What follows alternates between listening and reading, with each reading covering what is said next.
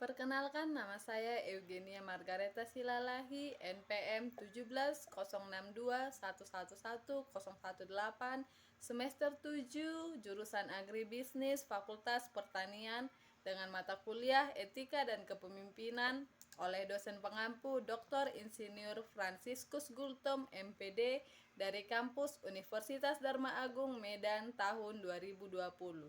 Dengan judul Dampak COVID-19 pada Pendidikan di Indonesia, baik sekolah, keterampilan, dan proses pembelajaran. Pandemi COVID-19 merupakan musibah yang memilukan seluruh penduduk bumi. Seluruh segmen kehidupan manusia di bumi sangat terganggu, tanpa terkecuali pendidikan. Banyak negara memutuskan menutup sekolah, perguruan tinggi maupun universitas, termasuk di Indonesia. Krisis benar-benar datang secara tiba-tiba. Pemerintah di belahan bumi, termasuk di Indonesia, harus mengambil keputusan yang pahit menutup sekolah untuk mengurangi kontak orang-orang secara masif hidup atau tetap harus membuka sekolah dengan rangka survive para pekerja dalam menjaga keberlangsungan ekonomi. Ada dua dampak bagi keberlangsungan pendidikan yang disebabkan oleh pandemi COVID-19. Yang pertama, dampak jangka pendek yang dirasakan oleh banyak keluarga di Indonesia, baik di kota maupun di desa. Di Indonesia, banyak keluarga yang kurang familiar melakukan sekolah di rumah. Bersekolah di rumah bagi keluarga Indonesia adalah kejutan besar, khususnya bagi produktivitas orang tua yang biasanya sibuk dengan pekerjaannya di luar rumah. Demikian juga dengan problem psikologis anak-anak peserta didik yang terbiasa belajar bertatap muka langsung dengan guru-guru mereka. Seluruh elemen pendidikan secara kehidupan sosial terpapar sakit karena COVID-19.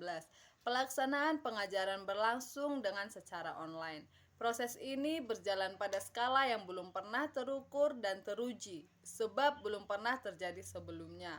Tak pelak di desa-desa terpencil yang berpenduduk usia sekolah sangat padat menjadi serba kebingungan.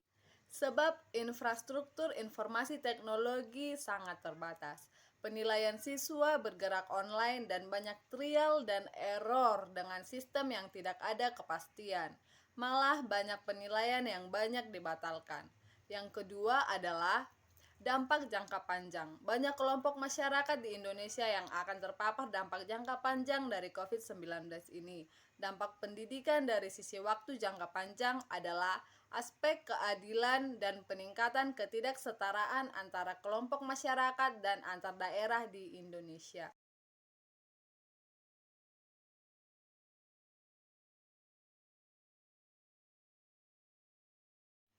Dampak COVID-19 pada proses belajar di sekolah. Proses pembelajaran di sekolah merupakan alat kebijakan publik terbaik sebagai upaya peningkatan pengetahuan dan skill-skill bagi siswa. Selain itu, banyak siswa yang menganggap bahwa sekolah adalah kegiatan yang sangat menyenangkan. Mereka bisa berinteraksi satu sama lain. Sekolah dapat meningkatkan keterampilan sosial dan kesadaran kelas sosial siswa. Sekolah secara keseluruhan adalah media interaksi antara siswa dan guru untuk meningkatkan kemampuan inteligensi, skill, dan rasa kasih sayang di antara mereka. Tetapi sekarang kegiatan yang bernama sekolah berhenti dengan tiba-tiba karena gangguan COVID-19. Sejauh mana dampak bagi proses belajar di sekolah? Khusus untuk Indonesia banyak bukti ketika sekolah sangat mempengaruhi produktivitas dan pertumbuhan ekonomi. Kesamaan situasi Indonesia dengan negara-negara lain di belahan dunia mesti segera diatasi dengan seksama. Dalam keadaan normal saja, banyak ketimpangan yang terjadi di antar daerah. Kementerian Pendidikan di bawah kepemimpinan Menteri Nadiem Makarim mendengungkan semangat peningkatan produktivitas bagi siswa untuk mengangkat peluang kerja ketika menjadi lulusan sebuah sekolah.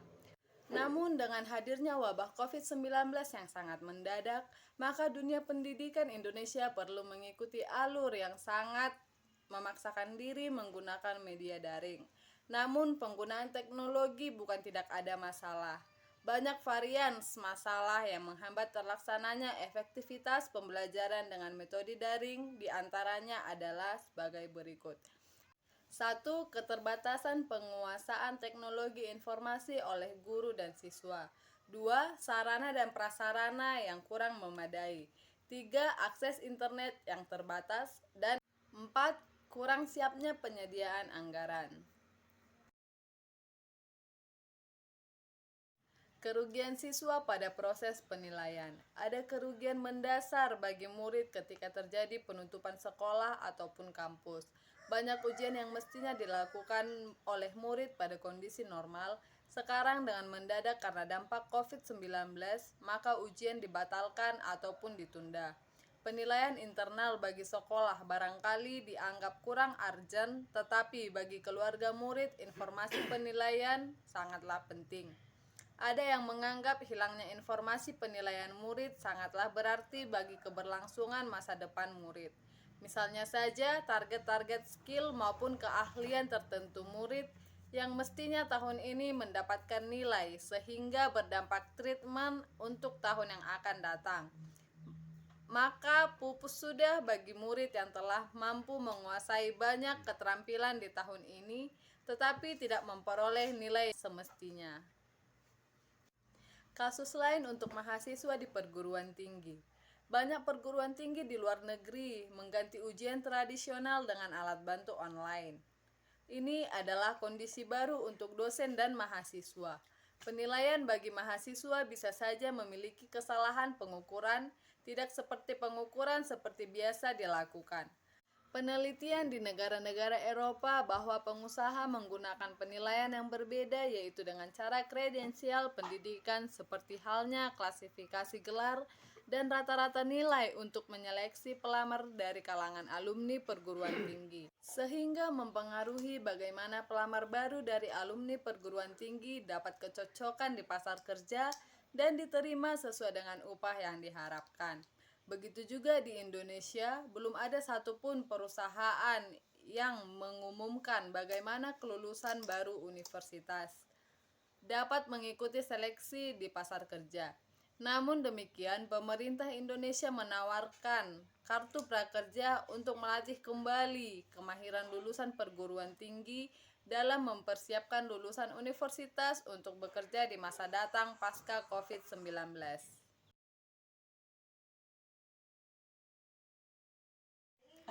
Dampak pada lulusan sekolah.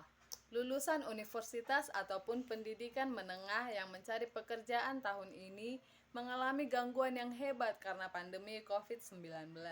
Para mahasiswa maupun siswa yang tahun ini lulus mengalami gangguan pengajaran di bagian akhir studi mereka. Dampak langsung yang dialami oleh mereka adalah gangguan utama dalam penilaian akhir yang mestinya mereka dapatkan.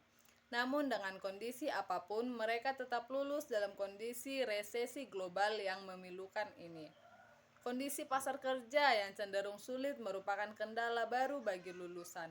Persaingan di pasar kerja sangat gaduh dan berhimpit dengan para kerja yang sudah mengalami putus hubungan kerja atau di PHK dari perusahaan di mana mereka bekerja. Adapun dirinya akan mendapatkan pekerjaan dan upah yang memadai, akan tetapi kenyataannya di Indonesia disebabkan karena COVID-19 mengakibatkan mereka harus berpikir ulang tentang pendidikan yang ditempuh dan mendapatkan upah yang diharapkan. Langkah strategis dan solusi bagi dunia pendidikan di Indonesia. Dalam penanganan dampak COVID-19 pada dunia pendidikan, seluruh stakeholders harus bahu-membahu berbuat. Kondisi ini tidak boleh terlepas pandang dari kebijakan pemerintah dan pelaksanaannya, operasionalisasi di lapangan. Adapun hal-hal yang wajib dilakukan oleh semua stakeholders pendidikan adalah yang pertama pemerintah. Peran pemerintah sangat penting dan fundamental. Alokasi anggaran yang sudah diputuskan oleh Instruksi Presiden Nomor 4 Tahun 2020 tentang refocusing kegiatan, relokasi anggaran, serta pengadaan barang dan jasa dalam rangka percepatan penanganan COVID-19 harus segera dilaksanakan. Yang kedua, orang tua. Orang tua sebagai pendidik utama di rumah tangga harus menjalankan fungsinya. Meskipun demikian, tetap saja bantuan guru di sekolah perlu hadir door to door di semua peserta didik. Ini harus membuka cakrawala dan tanggung jawab orang tua bahwa pendidikan anaknya harus dikembalikan pada effort orang tua dalam mendidik mental, sikap, dan pengetahuan anak-anaknya. Yang ketiga, guru. Langkah pembelajaran daring harus seefektif mungkin. 4. Sekolah. Sekolah sebagai lembaga penyelenggara pendidikan harus bersiaga memfasilitasi perubahan apapun menyangkut pendidikan siswanya. Pendidikan tingkah laku harus menjadi pijakan kuat di tengah perkembangan teknologi dan arus percepatan informasi. Program-program pendidikan yang dilakukan sekolah harus benar-benar disampaikan kepada murid. Terlebih dengan media daring, tetap saja pihak sekolah harus benar-benar memperhatikan etika sebagai lembaga pendidikan. Penekanan belajar di rumah kepada murid harus benar-benar mendapat kawalan agar guru-guru yang mengajar melalui media daring tetap smooth dan cerdas dalam menyampaikan pelajaran-pelajaran yang wajib dipahami oleh murid. Kesimpulan dari materi ini adalah kebijakan belajar di rumah pada institusi pendidikan jelas menyebabkan gangguan besar seperti pembelajaran siswa, gangguan dalam penilaian, pembatalan penilaian, peluang mendapatkan pekerjaan setelah lulus pendidikan, pembatalan penilaian publik untuk kualifikasi dalam seleksi pekerjaan. Bagaimana seharusnya pemerintah Indonesia melakukan yang terbaik untuk penanganan ini? Sekolah memerlukan sumber daya untuk membangun kembali kehilangan dalam pembelajaran.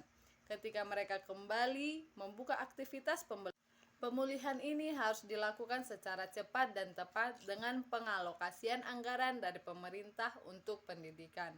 Pemangkasan birokrasi pendidikan harus segera dijalankan untuk menangani dampak COVID-19 ini bagi dunia pendidikan. Kebijakan penting yang harus dilakukan oleh Menteri Pendidikan adalah mengcovery penilaian untuk pembelajaran, bukan menghilangkan, disebabkan pentingnya faktor penilaian bagi siswa. Sehingga kebijakan yang lebih baik adalah menunda penilaian, bukan melewatkan penilaian internal sekolah. Bagi lulusan baru, kebijakan harus mendukung masuknya para lulusan atau fresh graduate ke pasar kerja untuk menghindari periode pengangguran yang lebih lama. Kementerian Pendidikan harus berkoordinasi dengan menteri terkait agar lapangan kerja padat karya kembali dibuka dan disegarkan. Sekian dan terima kasih.